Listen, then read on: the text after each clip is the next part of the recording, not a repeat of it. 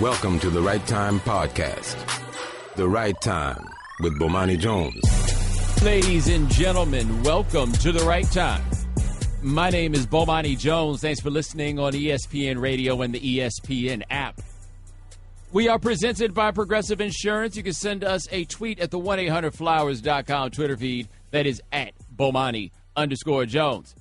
All right, look, let's be real about this. The series is 3-0. We have talked about this before. The series does not begin until the home team loses, but the home team just lost and made it 3-0, so the series is over. Right? Grand opening, grand closing. I don't make the rules, guys. I just relay them to you and try to live by them as best as I possibly can. Grand opening, grand closing. But I really don't feel like you can say that these finals have been boring, right? The first two games are certainly lopsided, but at least by the end. Last night's game was not lopsided. Last night's game was really, really interesting to watch with some really incredible individual play and a finish that on one hand you couldn't have seen coming, but kind of on the other hand you should have seen coming. And I guess the part that you should have seen coming was the Warriors are the better conditioned team. Right? Like, this is one of those championship sort of like axioms that we always have is about being the better conditioned team. Pat Riley's whole thing with the Heat is about making sure that you have the better conditioned team. We talk about it in football all the time, right? Fifth quarter drills and all this stuff like that, right? The Warriors are the better conditioned team. By the time it was all said and done, you saw the Cavs were running out of gas, and the Cavs ran a shorter rotation than they had run previously in this series. But they ran out of gas, and the Warriors don't run out of gas. A couple reasons why the Warriors don't run out of gas. Number one, the Warriors don't have to guard the Warriors. That's the big one. Because what the Warriors do manage to do that I think gets lost in this is everybody can shoot. Usually when they have, I mean, not everybody, right? But they got all these guys who can shoot and can shoot really well, which means your closeout game has to be completely different. Like, there's a level of energy that has to be exerted to stop them from doing the things that they do well that you don't really have to do so much for other teams, right? Other teams don't have guys that shoot as well as that, so you don't have to have everybody running out on all the dudes in those situations. So you've been guarding the Warriors all game. The Warriors just been being the Warriors. And you can see it, man. Cleveland got tired. It's not the worst thing in the world, but they got tired. But you know what y'all want to talk about? Y'all blaming LeBron, aren't you? LeBron put up 39, 11, 9. Let's do that one more time for you. 39, 11, 9. Y'all blaming him. 35, 11, 9. Now, you blame him for 35, 11, 9 because LeBron did that thing that nobody ever thinks he should do, which is pass the ball to somebody else. It is very interesting that a guy like LeBron, whose primary skill is his greatness as a passer, we all get hypnotized by the idea of how huge he is, right? And we operate under the idea that he can get to the rim whenever he wants. And if anytime he gets 2 feet in the lane, he should go up for the shot. Like, that's the conclusion that we have, and that is a conclusion that you especially go to when he's being guarded by Draymond Green, and Draymond Green has got 5 fouls, right? Your thought is go straight to the rim. You'll be able to get it. Now, I don't know how much of a role fatigue plays in it, but that's what you want. You want him to go straight to the rim. Totally get it. Buddy of mine, I had a text exchange with him about that last play. He hit me with a stat I didn't know. Do you know what Kyle Korver's effective field goal percentage is or was when he caught that ball on corner threes? 83%. 83%. That is his effective field goal percentage on those shots, right? It's not a bad idea to pass the ball to Kyle Korver over there when really Kyle Korver exists for one reason and one reason only, making shots like those. Now, today we asked LeBron about, hey, man, you kicked out to Kyle Korver. Maybe you should have gone to the rim. Would you do the same thing over? If you could have the play over again, would you still make that same pass? If I could have the play over again, I would come off a 3-screen situation. Draymond would switch on me with 5 fouls. I would get him leaning. I would drive left. I would see KD step up. I would see Steph Curry drop on Kevin, and I would see Kyle Korver in the corner to one of the greatest three-point shooters in this league history and give him an opportunity in the short corner. I would do the same exact thing. First of all, that dude is a computer. A computer. Like, I sit there and I listen to him. He talks about all these things. I can't imagine noticing all those things happening at one time. Like, when you think about the demands that we put on athletes while you're out there doing all this physical exertion and we're asking you to recognize all these things in that way in real time, that was crazy. I don't understand, though, why we still ask these questions of LeBron. That's the same pass, basically, that he made to Damon Jones in 2006. That is the pass that he has made it clear to us repeatedly that he is going to make. And it's worth noting when Kyle Korver got the ball, he went up with it, because part of the good of having LeBron as your guy is dudes over there understand, if I got the shot, he's going to give it to me, and I need to be ready. Boom. There it was right there. Much more problematic than LeBron whipping the ball over there to Kyle Korver on that shot was your man's, Kyrie, where he decided to go sweet Georgia Brown for 20 seconds and then pull up on that three with somebody dead in front of him. Because like one thing the Warriors, I think, are doing in this series that I haven't given them enough credit for is their defense on the three-point line has been nuts. Like, you keep going back and looking at the field goal percentage from three for the Cavs, and it's easy to be like, man, y'all got to make some shots. Last night they were 12 for 44. Also, Klay Thompson, a.k.a. Spider-Man, is over there, and he kind of makes things difficult for guys to get shots off, for example. But Kyrie, that isn't how you do it on the possession. What we say earlier in this series about Kyrie, Kyrie does not seem to have a great feel for the game. Kyrie can get buckets, but I've never felt like Kyrie has a great feel for the game. Where was his feel for the game on that play? A, blow through the chance to get a 2-for-1, right? Like, given what the score dynamic was, 2-for-1 is the way that you need to go in that one. Nope, went past that one. And what was he doing when they blew past the 2-for-1? Boom, boom, boom, boom, boom, boom, boom, boom, boom, boom, boom. Just dribbling the ball. Just dribbling the ball. Watch me dribble. Hey, want to see me dribble? Want to watch me dribble? Want to see me dribble? Hey, look at me. Here I am dribbling. Dribble. Right, that's what you got, right? That was worse, I thought, than what happened with LeBron. Again, I get the argument on why you want LeBron to go up, but nah. Now, the other thing we getting on LeBron for here is Kevin Durant and that pull-up three, right? I have to say this. We're really acting like guarding Kevin Durant is a lot easier than it is. Right? Like, you think nobody ever has that bright idea? Hey, man, you just need to stop Kevin Durant from shooting that three. You think nobody ever thinks about that? Like, ever? And, oh, by the way, let's say you stop Kevin Durant from shooting that three. What, you think Kevin Durant won't go take this to the rack? Right? What do you think, Kevin? What do you think Kevin Durant can't get into the lane and then get his shot from there from an easier spot? Come on, man. It's Kevin Durant. Now, here's LeBron on what happened when Kevin Durant shot the three. Well, I seen him getting ready to pull up. He uses a rhythm dribble to get a good look, and when KD shoots, he falls forward, and I wanted to get a contest. The last thing I wanted to do was foul a jump shooter, so I wanted to jump and contest it, but I know when he shoots, he kind of leans forward a little bit, so I just stayed there, high hands, contested, and he made it. This dude has so many thoughts in his head as all of this is going on. I just can't imagine having a dossier like that on all these different things and all these dudes in the league, keeping in mind that he plays Kevin Durant twice a year, right? Like, it's not like he and Kevin Durant been playing 7-game series year after year after year. I don't know how you argue with that, right? Like, I think people want binary stuff with LeBron on when he's got the ball. Just take it to the rim. But part of the playoffs, I think, in our minds is go get easy buckets, right? Like, that's the thing. When nothing else is working, grind it out, go in, and get an easy bucket. The thing is, Kyle Korver in the corner, that's an easy bucket. Like, in the thought process, in the weights of, like, what the expected value of the shot is, that counts as being an easy bucket. We just want a dude from the movies, right? We want, hey, jump on my back. We'll get this whole thing done. LeBron more like the homie in the Sandlot. Go stand over there with your glove out. The ball going to come right to you. But if you tell the homie to go stand over there with the glove out and the ball come right to him and he drops it, whose fault is it? You're going to, hey, man, you should have been out there playing left field. I mean, is that not kind of where we are on this one? Hey, man, they lost. I don't know how much more complex it gets to that. In fact, it's kind of crazy to think that they can shoot 12 from 44 from three in a game where Golden State shot well from three and still have a chance to win. Like, that to me is kind of nuts. All right, 888-729-3776. Hit the phones and talk to Michael from Florida. Michael, thanks for calling the right time. Hey, Bomani. LeBron's getting a little bit of misjudgment right now. He's in a bad situation. It's a mismatch of teams. Last night, he looked like I've been saying, but I've been hearing that he's a little bit out of gas. Well, I'm not sure if he scored more than 4 or 5 points in the fourth quarter.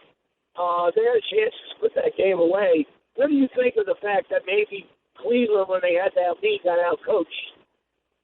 You know what? That is a very good question, and it ties into what we're going to talk about next. I appreciate the call. We'll handle that on the other side of the break.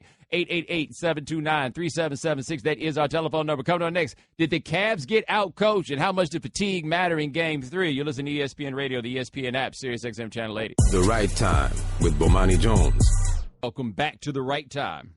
My name is Bomani Jones. Thanks for listening on ESPN Radio and the ESPN app. We are presented by Progressive Insurance. Aaron Goldhammer of ESPN Radio in Cleveland will join us next segment. Aaron Goldhammer will join us at 4:30 Eastern. See if all that optimism still Cleveland. My bad, that was wrong. 888-729-3776. That's our telephone number. And hey, it's time for Straight Talk, brought to you by Straight Talk Wireless. Best phones, best networks, half the cost. Now, the question was asked about the Cavs as to whether or not Ty Lue got out-coached here. I mean, I guess you could make that argument, but, like, be honest here. What about what the Warriors have been doing had to do with coaching? Right? Like, do you have the X and O move that Steve Kerr made that just cracked this? The Warriors changed coaches and you wouldn't have noticed if nobody had told you. Like, I don't know what, like, magical thing that Lue would have been able to cook up in order to make that happen. Hell, that shot that Korver got was actually a pretty good coaching move. Look, they had that lead late and it went away. Right? Last 3 minutes, the Warriors ran away from them. Now, the question, of course, is whether or not the Cavs were fatigued. I'm amazed that we're making this into such a big story. Like, hey, guys, I don't know about you, but I think it's a really bold statement to say that these guys who just got through playing 47 minutes of an NBA game might have been tired at the end. Really? Like, I act like this is the most foreign thing in the world. Now, like, LeBron was asked about it after Game 3, and this is what he said. I mean, I gave everything that I had. So, I mean, at times throughout the game, I was tired, but that's just because I was just playing as hard as I could. But I was able to get second and third and fourth wins. I don't contribute us losing this game because we got tired. Like I said, we missed some shots, and they made some. Yeah, maybe it's not because y'all got tired, but I would say it probably has something to do with the fact that the other dudes did not get as tired, right? And just so you know, the Warriors definitely believe that they were tired. Here's Draymond Green on NBA TV. I caught LeBron walking off at the end of the third quarter, and you can just tell he was exhausted. And, he had got off the ball and just was letting Kyrie go to work trying to catch his breath. So we knew that they were starting to wear down, and we just had to stay within striking distance. I think one thing that's of note, and like even this is Steve Kerr talking about Kyrie and LeBron being tired. Like, note, this really feels just kind of matter of fact. Like, not like it's a judgment or that they're saying they're weak, just that they wore them down. The way they play, Kyrie and LeBron had it going the whole game. But that's pretty taxing to go one-on-one the whole game. And both those guys were amazing, 38 and 39. But that takes a lot out of you. And we just kept telling the guys they're going to get tired. Stay in front of them. Force them into outside shots if you can. Fatigue will play a role. And I think when you get, guys playing 45, 44 minutes, basically attacking one-on-one the whole game, it's, you hope eventually it's going to take its toll. I wasn't sure if after a while they just were going nuts, but I think we just stayed with it and our defense finally kicked in. Yeah, no, dudes got tired. Dude, the craziest stat about this game is that LeBron James played 46 minutes. They were +7 when he was off the floor. They lost the game by 5. Right? Like think about that for a second. And keep it in mind that the end of the fourth quarter is on the LeBron end of it, right? Like, even after all of that happened, they were +7 when LeBron was off the floor. He was off for 2 minutes and a little bit of change, and they were -12. And folks will hear the Steve Kerr sound and say, they forced them, Cleveland, into going one-on-one, a lot of isolation. That takes a lot out of you. And you say, well, why didn't Ty Lue run something different? That's because Golden State's defense forces you to go isolation. That's exactly what we want you to do, is dribble the ball. Like, do the Kyrie Irving thing. Dribble the ball as much as you want and go one-on-one. Well, I just want to know what they were supposed to run, right? Like, what was this action? Because one thing you also got to remember about the playoffs, man, by Game 3, they know your plays. They know what y'all do. Like, the tricky thing with the Warriors is the Warriors don't even know what they're going to do by the time they get out there. But they know what y'all going to do. Like, I don't think there was just going to be so many magic sets that they were going to run that was going to make, them dudes just ran out of gas.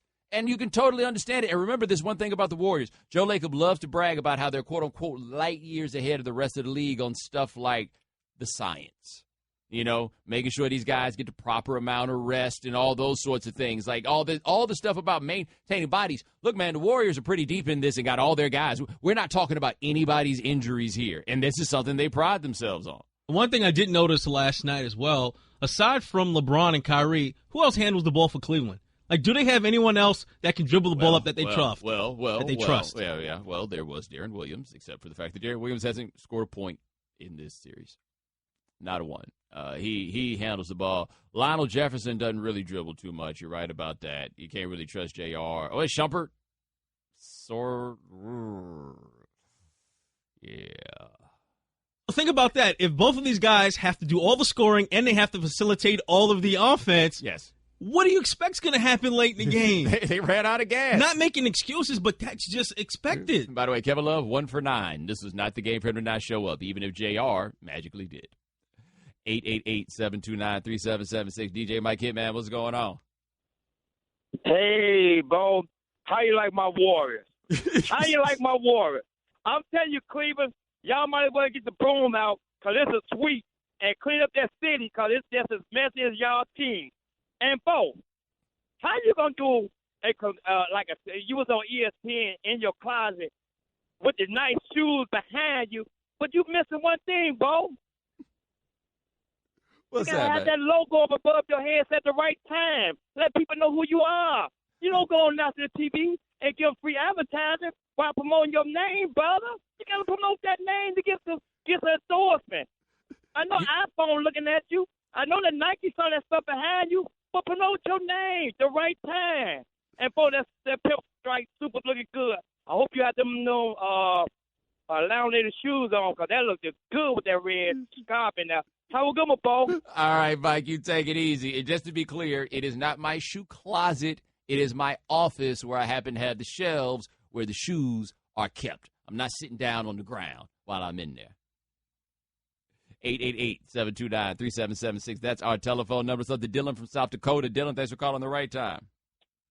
Hey, yo, Bo. Thanks for taking my call, man. Sure. You guys are nailing it. I think in terms of last-minute fatigue, but there's 2 E words I want to drop, energy and effort. The Cavs won all the 50-50s, the scrum early in the game. Down the stretch, they couldn't get to it. And when you think of those 3 plays you're breaking down, the Kyrie indecision, 13 dribbles for a fadeaway jumper that he has hit before, but a poor decision at the time. LeBron not going to the rack, whether it was because of KD or he saw Korver in the corner. That's still the play to make to attack there. And then he says he saw KD walking into that 3, put a hand up, but the film shows it. It's a lazy contest. It's a little bit slow. Yeah, maybe KD goes by him if he hard contests, but it's a 2 versus 3. The basketball gods in the end, I think at any level, reward energy and effort. In this case, it played out down the stretch. And that is a little bit on coaching, but it's really systematic. The Warriors have bench depth, and the Cavs do not. So I don't know. If you go to reload next year, what choice do you make if you're the Cavs? You need defense. You need shooting. You need to be able to spell them at least early in the first half. But that minus 12 difference with LeBron off the court, what can you do? What really can you do? I appreciate it. Yeah, well, Dylan, I appreciate the call. I tell you this, you ain't going to have to hit me with all them damn cliches. Wow, man, it sounds like I saw him to an elementary school teacher. You got the 2 E's. Straight Talk Wireless, nationwide coverage on America's largest and most dependable 4G LTE networks. All right, coming up next. So, you won a championship last year, Cleveland. Are you handling this one in stride? We'll talk to Aaron Goldhammer of ESPN Radio in Cleveland about that on ESPN Radio, the ESPN app, Sirius XM Channel 80. We've been talking a lot about Upside.com, telling you it will save you or your company big on business travel and that you'll get a big gift card every trip you buy. Sounds too good to be true, right? Go to Upside.com and check it out. Super fast searches, by the way. For instance, in less than 2 minutes, you could have a few awesome choices on American Airlines flights to Chicago at the end of next month that work for you and a bunch of big-name hotels. Your options could get you a $268 gift card and save your company $268. Taking a business trip, you'd be crazy not to use Upside. Spend less of your company's money and get more rewards for yourself. Upside's the real deal. You may wind up with a $268 gift card. Trust me, go to Upside.com today. Plus, when you use promo code Bomani, you're guaranteed to get at least a $100 Amazon gift card your first trip. That's code Bomani to get a $100 gift card free. Save big on travel and get a big gift card every trip. See what your next trip's worth today. Upside.com. That's Upside.com. Minimum purchase required. See site for complete details. The Right Time with Bomani Jones. Ladies and gentlemen, welcome back to The Right Time. My name is Bomani Jones. Thanks for listening on ESPN Radio and the ESPN app. Our guest join us on the Shell Pennzoil Performance Line, just like our next guest. Check him out on ESPN Radio in Cleveland, Ohio. His name is Aaron Goldhammer. So, Aaron, how hard was that as Kevin Durant hit that three last night? Well, it was pretty painful, Bomani. I'm not going to lie. It was not one of the finer moments in Cleveland sports history. It was a gut punch. I mean, the Cavs fought so hard, and it would have felt so good to win that game. And to think about how the narrative would be different today headed into tomorrow night if the Cavs had pulled that out and this had become a series. It was not one of the 5 most painful Cleveland sports losses, but it hurt. And over the long haul in this series, I think most Cavs fans have come to terms with the fact that with Kevin Durant, the Warriors are just better. And sometimes as a fan, there's no shame in tipping your cap and trying to head into the offseason to find a better solution to be able to come back next year and even 4 consecutive finals up at 2 apiece.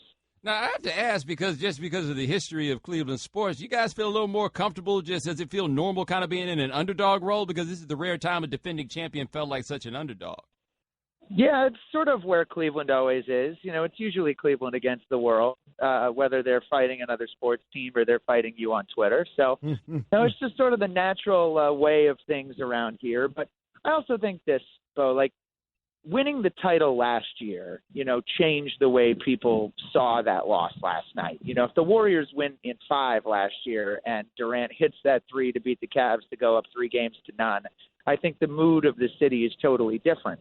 But everybody around town still has Game 7 from last year saved on their DVR. There are bars that still show it on a loop.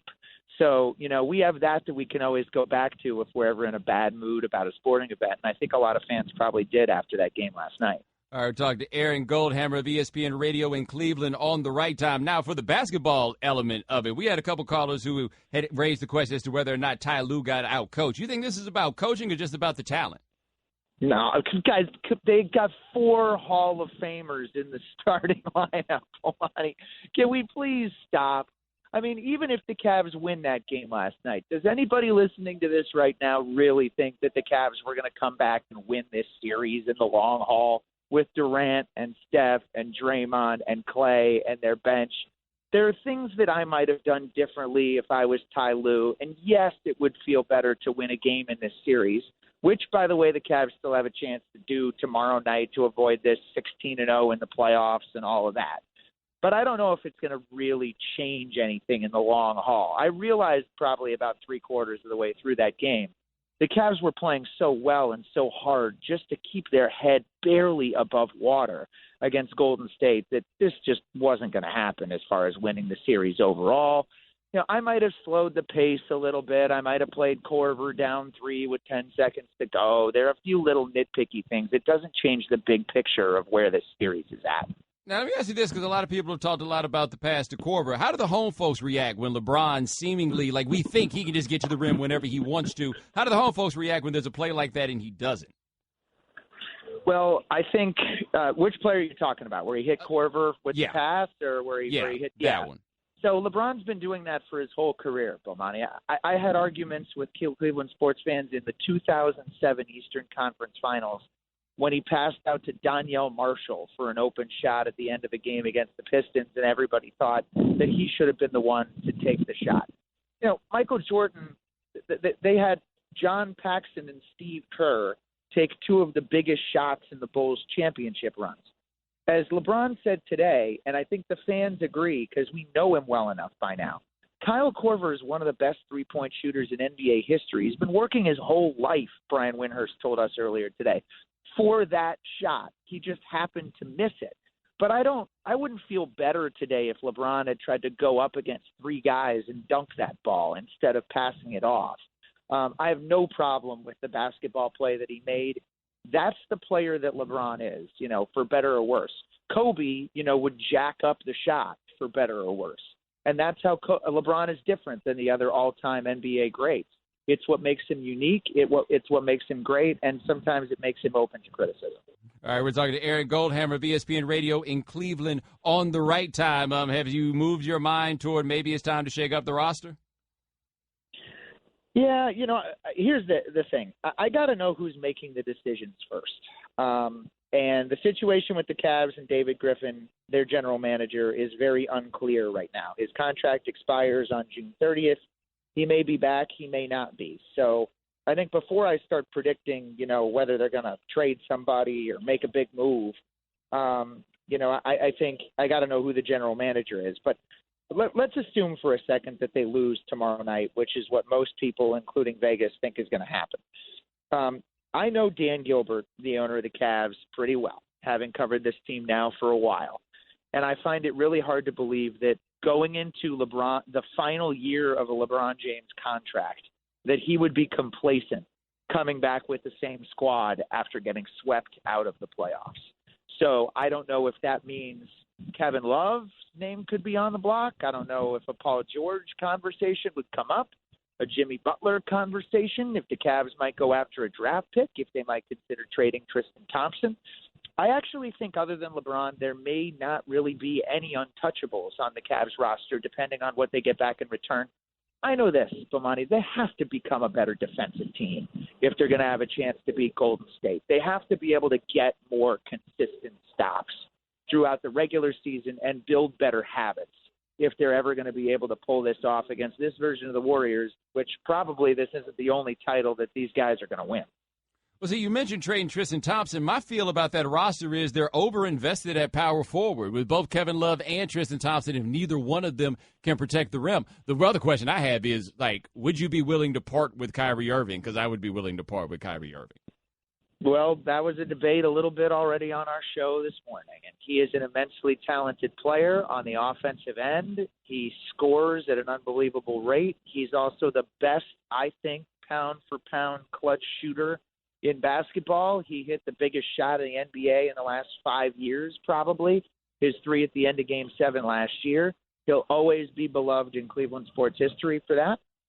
I would be willing to part with Kyrie Irving depending on what and who you were getting back in return. But I would never say never on that one. Yeah, I think you said the same thing as me. Everybody's available, and we see what the best move is from there. That'd probably be the way that I would play it. Yeah, except LeBron. LeBron's Yeah, my fault. I'm sorry. I didn't think I needed to say that one. No one's lost their minds here, Aaron. No one has lost their minds. That is Aaron Goldhammer. Check him out on ESPN Radio in Cleveland, Ohio. Thanks so much for joining us, my man. I appreciate it. You got it anytime, Bomani. The Right Time with Bomani Jones. Ladies and gentlemen, welcome back to The Right Time. My name is Bomani Jones. Thanks for listening on ESPN Radio and the ESPN app. All guests join us on the Shell Pennzoil Performance Line. Thanks to Aaron Goldhammer of ESPN Radio in Cleveland for joining us last segment. Rick Fox of NBA TV will join us in the 5 o'clock Eastern hour. Remember, if you miss anything live, check out the Right Time podcast available on the ESPN app. There are some stories that you just have to hear to believe, including introducing 30 for 30 podcast. All new stories from the producers of the acclaimed 30 for 30 series. Subscribe now in the Listen tab of the ESPN app or Apple Podcast. All right, 888-729-3776. That's our telephone number. We've been talking about Game 3 of the NBA Finals. Let's hit the phones and talk to Dale from Baton Rouge. Dale, thanks for calling The Right Time. Dale. I heard you used to play spades in the Union down here at Southern University, bro. I don't know if I got to play spades in the Union too much, but I got a whole lot of family that went to Southern, man. My daddy's got an honorary degree from Southern, was involved in those protests, I think, in 1962, so, Southern means something to us. Yes, indeed. But anyway, to the business at hand. Last night, man, it seemed like, with all the talk about the 96 rules, it seemed like they kind of let them play 96 style a little bit. Well, I did think that the refs were letting it go. It did not feel like a whistle-heavy game, although I guess Draymond Green will probably argue otherwise, right? Yeah, true. And I guess the second part of that, my real question is, what would you, hypothetically speaking, what if whatever team, you just pick a team, you know what I mean? One team decides to play with 96 rules, and then when that other team goes home, it can decide to play with either 96 rules or current rules. Do you think that the Warriors will have a chance, or do you think Cleveland would have a chance in that hypothetical situation? And I'll take your answer off that. Appreciate it, bro. All right, I appreciate the call. So we're going to take time machine rules and apply them to the current teams that we got here. The one thing about it is, you could try to muscle LeBron to guard him. I don't think it helps at all. Right? Like if the old rules, you could put your hands on people. Shannon, how futile would it be to be putting your hands on LeBron James? This game will be just as physical. Yeah, and he'd be like, wow, those shoulders sure are firm. All right, 888-729-3776. Talk to Deshaun from Bakersfield. Deshaun, thanks for calling the right time. Hey, Bo, I was just trying to comment on the system versus coaching thing. Like, Steve Kerr beat Tyronn Lue last June when they lost. Like, he knew right then, like, okay, well, this is the system we're going to run. They're saying they on a 31-1 winning streak or whatever. The substitutions they did in that first game of that 32 games is the same substitutions they did last night. He don't change nothing because they don't have to change nothing because they got beat by a system that wears you out, and everybody is going to come ready to shoot, ready to do their job because it's their job every night. Last night, you seen exactly what happened. The first two games, Kevin Love is involved. We get you involved early. It's going to happen. And then he doesn't get involved last night. And so now they're tired. They're dog tired. And Kevin Love can't do nothing but get a rebound now because I can't remember to shoot if I don't shoot in the first quarter. That's what they are. So they until you figure out, you know what I mean, like how am I going to come up with a system that gives them rest? Like Steph Curry still didn't play the first 5 minutes of the fourth quarter as he never does. He still sits out the first 5 minutes of the third quarter, as he always does. Kevin Durant still came out the game, and the end result is we still going to win while I'm averaging 30, while I got three people at 30, and that's what it's going to be. And, I mean, and just not to over-exaggerate this point, but Kyrie did 13 dribbles in that last play. Klay Thompson scored 60 points off 11 dribbles. That's a system. That's not just me being better than you. This is what we do as a team. So I just think you can't outcoach a system if you ain't ready for it. No, let me tell you, Sean, I think that's some great points, and I appreciate the call. The one thing I would say, though, that we need to keep in mind, we always talk about the Spurs and their system has always been pretty good. But you know what Greg Popovich used to say the Spurs system was? We run the offense through Tim Duncan, and then we run the defense through Tim Duncan. Like, that right there was the system. So, yeah, Kerr definitely does have a system, and it's working. But the biggest thing that his system has that allows him to rotate these things in this ways, I got Kevin Durant and I got Steph Curry. I got them both. Because, see, one of the biggest changes, I think, between last year's Warriors teams and this year's is you can talk about they got Kevin Durant, and certainly Durant is a part of it. But I don't think it even necessarily had to be Kevin Durant for it to be that, right? It had to be one other guy who could get his own shot. Because what we did see in the playoffs last year with hobbled Steph was the Warriors did not have another player who could get his own shot. They didn't. So they go get one, and not just anybody, guys. They go and get Kevin Durant. Now, I'm not just going to pretend that any old body can coach an NBA team. I am going to say, though, I don't think it requires no basketball genius to coach that one, right? Hey, why don't y'all go out there and set some screens off the ball? Get shots. Get buckets. Then on the other end, we're going to switch all the time. Yeah. We're going to switch. That's what we're going to do. So I do agree, though. Kerr, this is the thing that Kerr kind of intimated where he gave those quotes about the Cavs going one-on-one. He's like, look, man, these guys are going one-on-one every time down the floor because of the way they play, and it's physically taxing. I'd never really thought about it quite in that way, but I do agree with Deshaun and with Kerr on that front where he's like, look, man, we got a system that makes it to where nobody has to physically go out here and do this. And what's so crazy about the Warriors this year is that they are talented enough that they don't have to actually cash in on the talent in that way. Normally the playoffs, even at this point, man, they slow down enough to where everybody knows what everybody's running. And since everybody knows that, you're going to have these times where individual talent is going to have to win out, and you have to go out there and you're going to have to get some buckets, right? The buckets aren't there. You're going to have to make the buckets happen. Your action didn't go make the buckets happen. You got to make it happen. The Warriors never have to do that. All the shots are good, right? All the shots are ones where you're like, yeah, we'll live with that. We're good to have that. That's where they are, right? So, yeah, I do think that there's a systematic element that's there. I just don't know what system that the Cavs could have come up with except for that one me and Shannon talked about the other day. 6-on-5. That's the one. Just sneak that dude out there. Like, hey, go out, run out there right fast and stand in the corner. Okay, cool. We got it. All right, 888-729-3776. That's our telephone number. Coming up next, the NBA Finals have gotten lopsided, so people are asking if it's fair for the Warriors to have all these guys. Hear what LeBron said about it on ESPN Radio.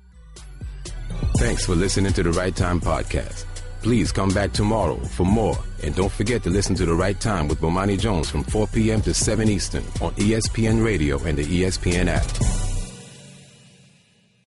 You're listening to Love Advice with Leanne. Caller, you're on the air. Hi, Leanne. Long-time listener, first-time caller. Why, in your professional opinion, do you never take my calls off the air? Is this Carl? Yep, it's Carl.